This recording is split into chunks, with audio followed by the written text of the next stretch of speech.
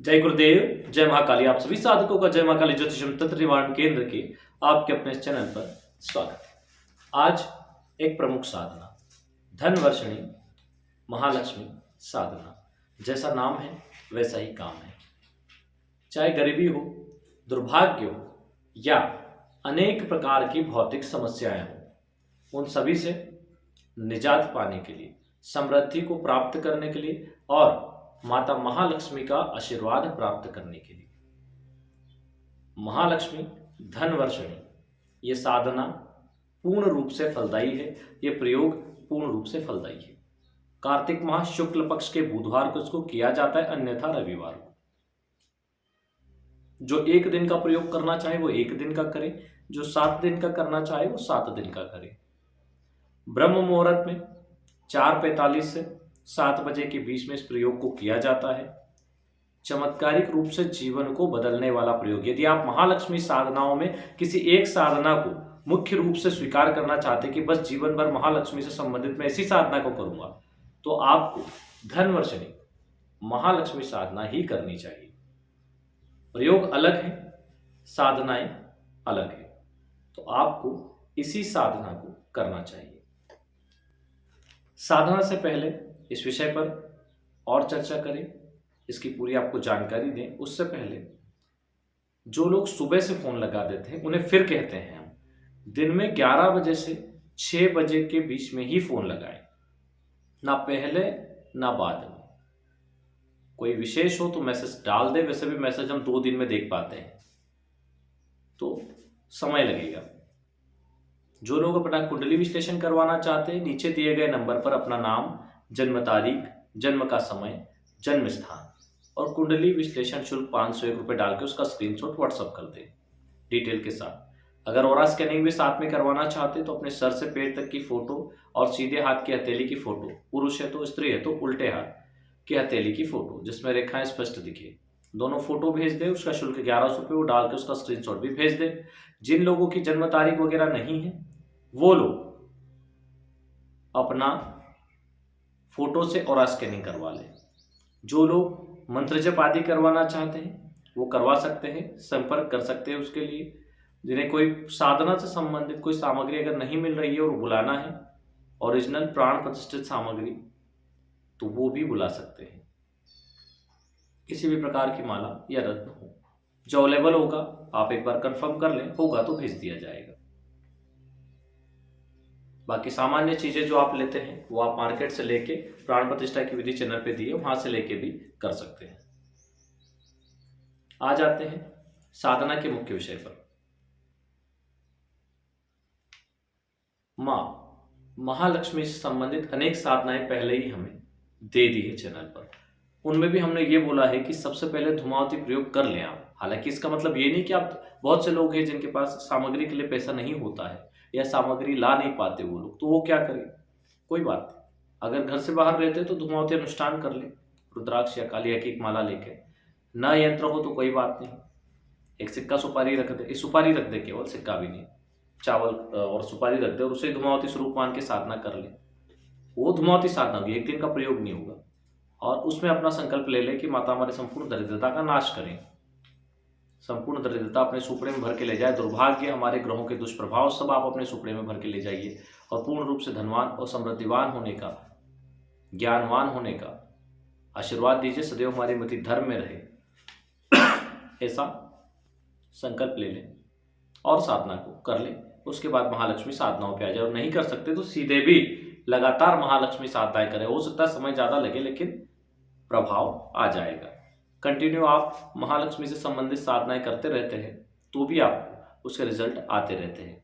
प्रयोग करते रहें, प्रयोग के साथ में बड़ी साधनाओं को करते रहें। आज जिस साधना को कर रहे देने जा रहे हैं उसको या तो एक दिन का प्रयोग, अगर कार्तिक शुक्ल बुधवार को कर रहे हैं तो एक दिन का कर ले, रविवार को कर रहे हैं तो 7 दिन का कर ले, और फिर इस साधना को कंटिन्यू रखें।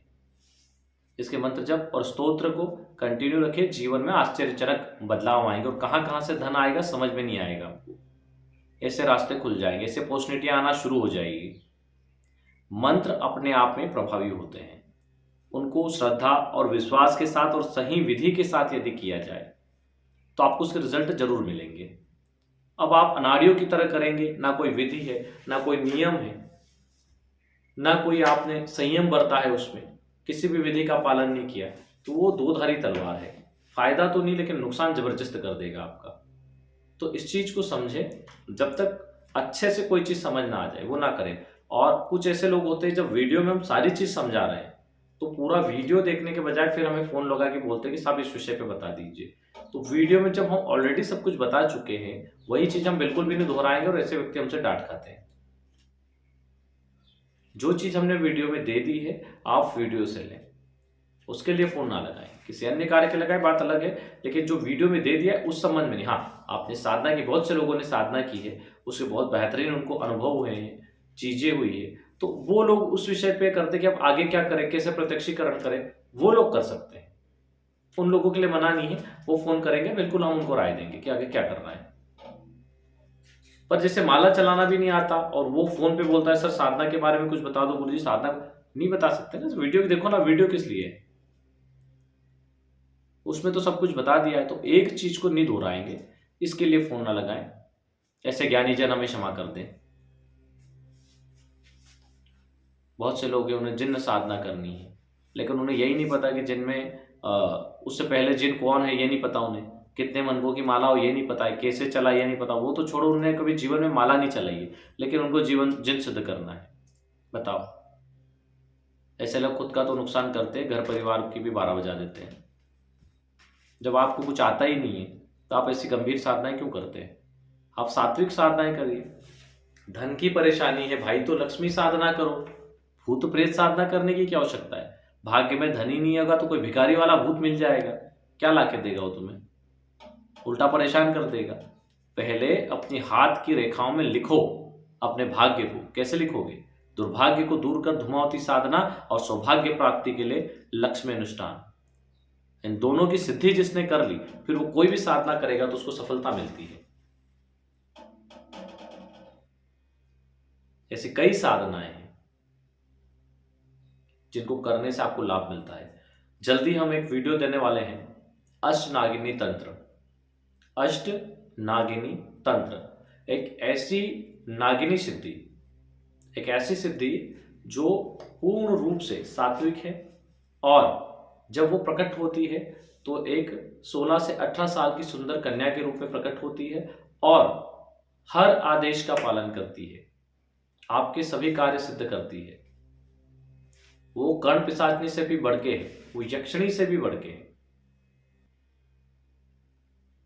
वो आपको नुकसान नहीं पहुंचाती, वो एकदम आज्ञाकारी होती है।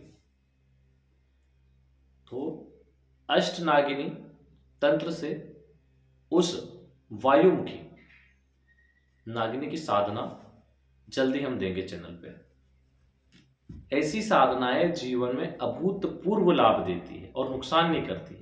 जैसे नागेश प्रयोग दिया है, धन समृद्धि को बढ़ाने वाला, अकस्मात धन लाभ करवाने वाला, कहीं पे पैसे फंसे हुए उन्हें निकालने वाला। तो ये जो प्रयोग हैं ये चमत्कारिक रूप से रिजल्ट देते हैं। हाँ, ये हो सकता है कि किसी को रिजल्ट 1 दिन में मिले, किसी को 10 दिन में, या किसी को 2 महीने में, लेकिन मिलते जरूर है। किसी को कम मिले, किसी को ज्यादा मिले, किसी को 10%, किसी को 20%, किसी को 50%, किसी को 100%। ये तो आप पे डिपेंड करता है, आपने साधना किस भाव से की है, मंत्र जप के समय आपका ध्यान, आपका लक्ष्य क्या रहा है, साधना के प्रति आपकी कितनी श्रद्धा रही है। अक्सर हम साधना देते हैं तो लोगों का क्या काम होता है? हाँ, बोला यंत्र रखना, यंत्र दिया, फूल चढ़ाना है, फूल चढ़ा दिया, चावल चढ़ाना है, चावल चढ़ा दिया, अगरबत्ती लगा दी, धूप बत्ती लगा दी, दीपक लगा दिया, हो गया, चलो फटाफट फटाफट फटाफट माला हो गई है। तो बस वैसा ही रिजल्ट मिलेगा। और कुछ लोग क्या होते हैं, बोले यंत्र रखने के लिए बोला, लेकिन ऐसे नहीं रखते, अपन फूल रखते हैं, फूल के ऊपर यंत्र रखते हैं। दीपक घी का अच्छे से साफ करके दीपक को भी सजा दिया, चीजों का आवाहन किया कि आप आ जाइए और हमारी साधना को सिद्ध कीजिए। अपने गुरु का आवाहन किया, सभी तरीकों से जो हमने ना भी बताया वो भी उसे आत्मभाव से आत्मसात हो जाए कि मुझे कुछ कमी है, यहाँ पे सजा दूं थोड़ा सा। उसको फिक्र हो कि शाम को मुझे जाना है, भोग चढ़ाना है, मेरी साधना चल रही है। ज्यादा किसी से बकान ना करे, कम से कम बोले, और ज्यादा ध्यान उसका साधना में हो। ऐसे लोगों को सिद्धि और सफलता दोनों मिलती है। अब जो लोग इसे समझ ही नहीं पा रहे, रोबोट की तरह मंत्र जाप करते हैं, बोले साहब हमने तो 100 माला जाप कर ली, हमने तो 200 माला जाप कर ली, हमने एक दिन में 80 माला 100 माला जाप कर ली। अरे भाई तो रोबोट की तरह क्यों कर रहे हो? 21 ही माला करो, पर अच्छे से करो। ट्रेन की तरह नहीं चलना है इसमें आपको, कि आपको भी नहीं मंत्र समझ में आ रहा है, संबंधित देवता को भी नहीं, और उसमें त्रुटि हो जाएगी तो फिर नुकसान। तो नुकसान की जगह फायदे के लिए साधना कर रहे हो तो अच्छे से करो। इस साधना को कार्तिक शुक्ल पक्ष बुधवार या फिर रविवार को किया जाता है। 7 दिन की साधना रविवार से ले ले, ब्रह्म मुहूर्त उठे 4:45 से 7 बजे के बीच में इस साधना को करना है। पूर्व में उठ के स्नान कर ले। स्नान करने के पश्चात पूर्वमुखी होकर बैठे, एक बाजोट लगाए, बाजोट पर पीला कपड़ा बिछाए, उस पर फूल बिछा दे पीले, और अष्टनागिनी यंत्र और अष्टनागिनी माला दोनों को वहां स्थापित कर उनका पूजन करें। एक घी का दीपक प्रज्वलित करें। 1 माला गणेश मंत्र, 4 माला गुरु मंत्र करें, और उसके बाद में अष्टनागिनी, क्षमा करें, सहस्त्र लक्ष्मी यंत्र स्थापित करें, और सहस्त्र लक्ष्मी माला ही आएगी, या इसमें स्फटिक माला का प्रयोग भी किया जा सकता है। सहस्त्र लक्ष्मी यंत्र और सहस्त्र लक्ष्मी माला को स्थापित करके 1 माला गणेश मंत्र, 4 माला गुरु मंत्र करें, और फिर ध्यान करें। हाथ में पुष्प ले ले और ध्यान मंत्र का पाठ करके वो पुष्प यंत्र पर चढ़ा दे। यंत्र का पंचोपचार पूजन भी पहले करना है। पंचोपचार पूजन यानी उसे पंचामृत आदि से स्नान करवा के पुनः पानी से स्नान करवाएं, और फिर स्थापित करके कुमकुम, चावल, अक्षत, केसर आदि से पूजन करें, माला और यंत्र दोनों का। फिर पुष्प हाथ में लेके ध्यान मंत्र का प्रयोग करें। ध्यान मंत्र को नोट करिए।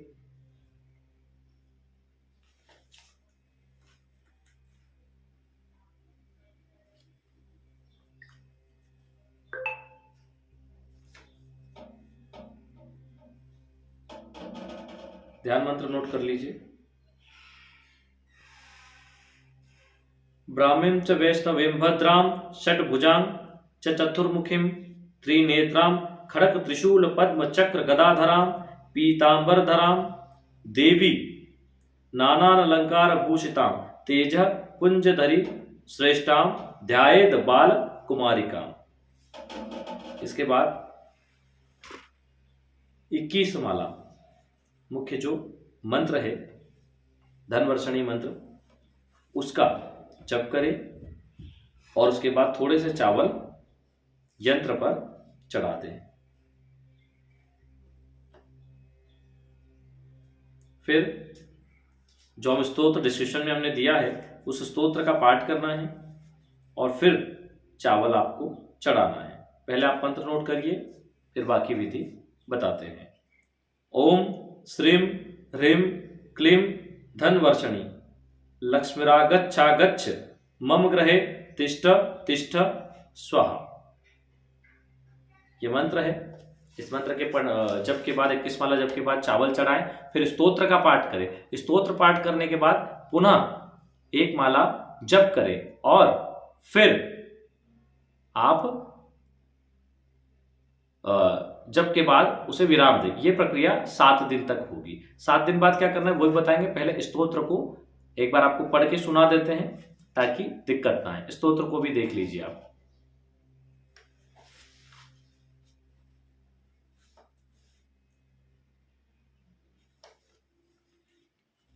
अलग अलग पढ़ के बता देते ताकि आप शब्दों में कोई गलती ना करें।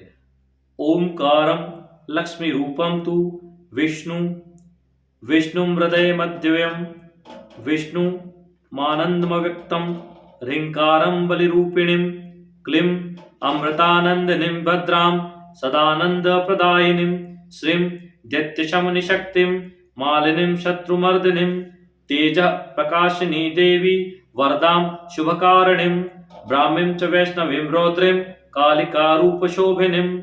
अकारः लक्ष्मी रूपं तु उकारः विष्णु मध्यवयम् मकारः पुरुषोऽव्यक्तो देवी प्रणव उच्यते सूर्यकोटि प्रतीकाशं चंद्रकोटि समप्रभं तन्मध्ये निकरं सुष्मं ब्रह्म रूप व्यवस्थितम ओंकारं परमानंदम सदैव सुख सुंदरिम सिद्धिलक्ष्मी मोक्षलक्ष्मी आघलक्ष्मी नमोस्तुते सर्वमंगलमांगल्ये शिवे सर्वार्थसाधिके शरण्ये त्र्यंबके गौरी नारायणी नमोस्तुते प्रथमं त्र्यंबका गौरी द्वितीयं वैष्णवी तथा तृतीयं कमला प्रोक्ता चतुर्थं सुंदरी तथा पंचमं विष्णु शक्तिश्च षष्ठमं कात्यायनी तथा वाराही सप्तमं चैव अष्टमं हरिवल्लभा नवमी खड़किनी प्रोक्ता दशमं चैव देविका एकादश सिद्धि लक्ष्मी द्वास्तान हंस वाहिनी। यहां पर 12 नाम श्री लक्ष्मी जी के भी आ गए। एकादशम सिद्ध लक्ष्मी, द्वादशम हंस वाहिनी, ये 12 नाम भी आपने देवी लक्ष्मी के इस स्तोत्र में ले लिए हैं। इस प्रकार इस साधना पूरे 7 दिन पूर्ण करना है। पूर्ण रूप से ब्रह्मचर्य का पालन करना है, मन क्रम वचन से। ठीक है, ब्रह्मचर्य के पालन के साथ एक समय भोजन बिना लहसुन प्याज का। जो भोग आप मिठा, हलवा, खीर जो भी लगाते हैं डेली आप साधना में, उसको स्वयं ग्रहण करना है। सेम डे, जैसे सुबह लगाया तो दिन में आप उसको ग्रहण कर ले। हाँ, इस साधना में आप चाहे तो अपना जो दूसरा कामकाज है बाहर का, वो कर सकते हैं।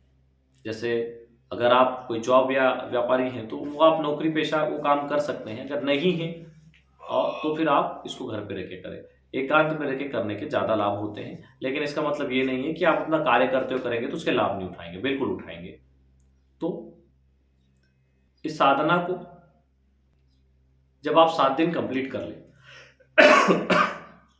उस यंत्र को, माला को और जो भी चावल वगैरह, फूल वगैरह सारी सामग्री उसको लेके जाए, किसी भी नदी तालाब में विसर्जित कर दे। माला भी हो गई, यंत्र भी हो गया, लेकिन स्तोत्र आपके पास है, मंत्र आपके पास, उसकी सिद्धि हो चुकी है, तो आप प्रतिदिन उस मंत्र के लिए एक स्फटिक की माला ले लें, प्राण प्रतिष्ठित, और उस स्फटिक माला से प्रतिदिन उस मंत्र के 5 माला, 11 माला जो भी कर सकते हो करिए। और स्तोत्र के 1, 3, 5, 7, 11 जो भी पाठ कर सकते हैं करिए। शुक्रवार को जब आप श्री सूक्त का लघु हवन करते हैं, तो जब सारे मंत्र आप उसमें सारे मंत्रों से आहुति देते हैं, तो धनवर्षणी महालक्ष्मी मंत्र की भी 11 आहुति दें, शुरू में भी और आखिर में भी। और उसके बाद आप स्त्री लक्ष्मी मंत्र का प्रयोग करें सबसे लास्ट में। हालांकि श्री सूक्त के पहले भी उसका प्रयोग कर सकते हैं और बाद में भी, लेकिन श्री सूक्त में भी जब सारे मंत्र हो जाए तब स्त्री लक्ष्मी मंत्र का प्रयोग करें, फिर श्री सूक्त करें, फिर आप सहस्त्र धनवर्षणी लक्ष्मी मंत्र का प्रयोग करके फिर स्त्री लक्ष्मी मंत्र का प्रयोग करें। तो इस प्रकार आप करेंगे तो लक्ष्मी जी परमानेंट रूप से आपके घर में निवास करेगी, आपका भाग्योदय होगा और धन की प्राप्ति होगी।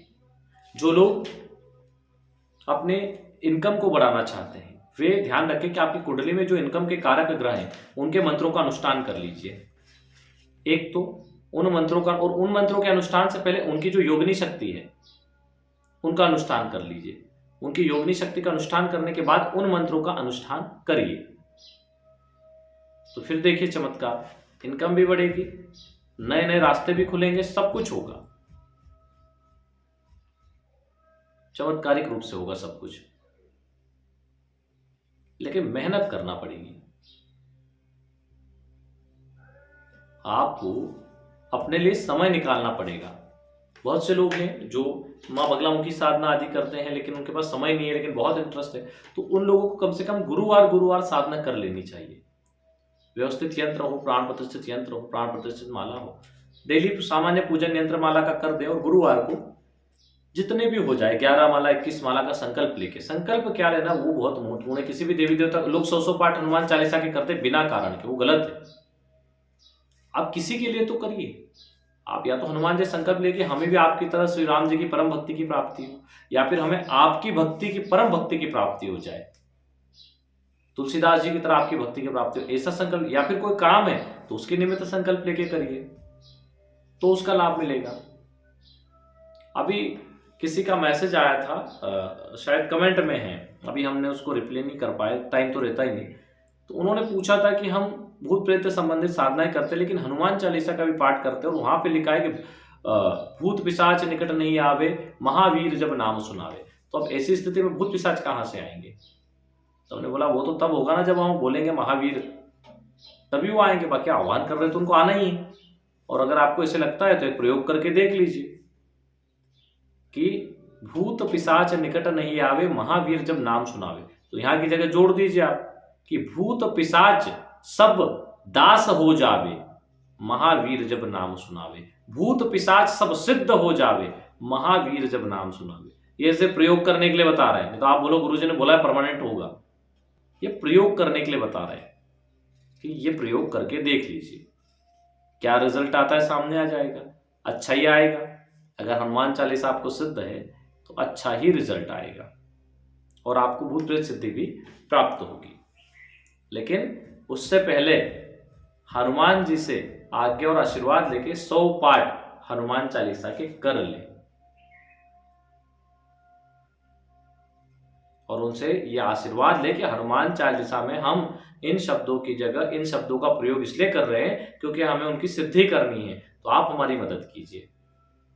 राम जी का पूजन करें, हनुमान जी का पूजन करें, राम जी को भोग लगाएं, हनुमान जी को भोग लगाएं, 5-5 लड्डू लगाएं मोतीचूर या बेसन के, और फिर बैठ के साधना करें। उनसे आज्ञा और आशीर्वाद लेके कर ले, रिजल्ट सामने आ जाएगा। देखो, जितने आप प्रयोग करोगे नए नए, उतने आपको नई नई साधनाओं और विद्याओं की प्राप्ति होगी। अनंत विद्याएं हैं, अनंत तरीके हैं एक चालीसा या एक स्तोत्र से अलग अलग कार्य सिद्ध करने के। हनुमान चालीसा के 1000 से भी ज्यादा प्रयोग है अलग अलग कार्यों को सिद्ध करने के लिए। लेकिन रिस्क है, हर चीज में रिस्क लेके करना पड़ता है। जितना आप रिस्क लेके इन चीजों को करोगे उतना आपके लिए अच्छा है। लेकिन परमात्मा, ईश्वर या ईश्वर के दूत किसी का भी नुकसान नहीं करते, ये ध्यान रखे। भूत प्रेत भी भगवान शिव के गण हैं और हनुमान जी भी शिवांश है, रुद्रांश है। तो इसलिए ऐसा कोई भय दिमाग में ना रखे कि वो आपका कोई नुकसान करेंगे, वो ऐसा कुछ नहीं करते। बहुत से लोग बोलते साहब हम डेली पूजा कर रहे हैं, अभी कुछ दिन से नहीं करे, भगवान नाराज तो नहीं हो जाएंगे? और तुम्हारी पूजा से कौन से भगवान भूखे बैठे हैं, क्यों नाराज होंगे? भाई भगवान से डरो मत, प्रेम करो। किसी कारण नहीं कर पाए तो हाथ जोड़ के उनसे क्षमा मांगो। अरे मानसिक रूप से बोल दो कि हे प्रभु, मानसिक रूपेण आवायामि, मानसिक रूपेण पादो पूजयामि, मानसिक रूपेण धूपम दीपम नैवेद्यम आसनम आचर्यम च समर्पयामि, मानसिक रूपेण तांबूलाम समर्पयामि, मानसिक रूपेण सदक्षिणाम समर्पयामि, और क्षमा प्रार्थना कर लो। मंत्रहीनम क्रियाहीनम भक्तिहीनम जनार्दनम यत पूजितम मया देव परिपूर्ण तदस्मै आह्वानम न जानाम जानाम विसर्जनम पूजा चेयो न जानामि शम्यंता परमेश्वरी पापहम पापात्मा पाप स पाप कर्मा त्राहि मां हे पार्वती नाथ सर्व पाप हरो। मान जाएंगे। माँ बाप है, माता पिता बच्चे से ज्यादा देर नाराज नहीं होते। तो परमात्मा से जब विनम्र निवेदन किया जाता है ना, तो चलो अपने ही बच्चे हैं, ठीक है छोड़, वो आपकी पूजा न करने से आपको दंड नहीं देंगे, गलत पूजा करने से हो सकता है आपको दंड मिल जाए। तो विधान सही रखे, सही तरीके से पूजा करें। घर में आपने जितने देवी देवता रखे हैं उन सब की पूजा होनी चाहिए, सबको भोग लगना चाहिए, वरना इतने ही रखो जितने की आप पूजा और भोग कर सको। आप प्राण प्रतिष्ठित बहुत सारी मूर्तियां ले आओ, भोग लगाते नहीं उनको, उनका पूजन सही से करते नहीं हो, तो वो आपके लिए मानसिक तनाव, घर में विवाद के कारण बनते हैं। तो भगवान उतने ही रखो। मुख्य रूप से गणेश जी रिद्धि सिद्धि शुभ लाभ, वैसे गणेश जी के चारों हाथ उसी के प्रतीक हैं, तो गणेश जी आप रखें, माँ लक्ष्मी रखें, भगवान नारायण रखें, भगवान कृष्ण बाल मुकुंद रखें, और भगवान शिव के साथ मां अन्नपूर्णा रखें, तो सभी आ गए। माँ सरस्वती की फोटो या मूर्ति रखें, अब इसमें सब आ गए। बताओ किसकी कमी है?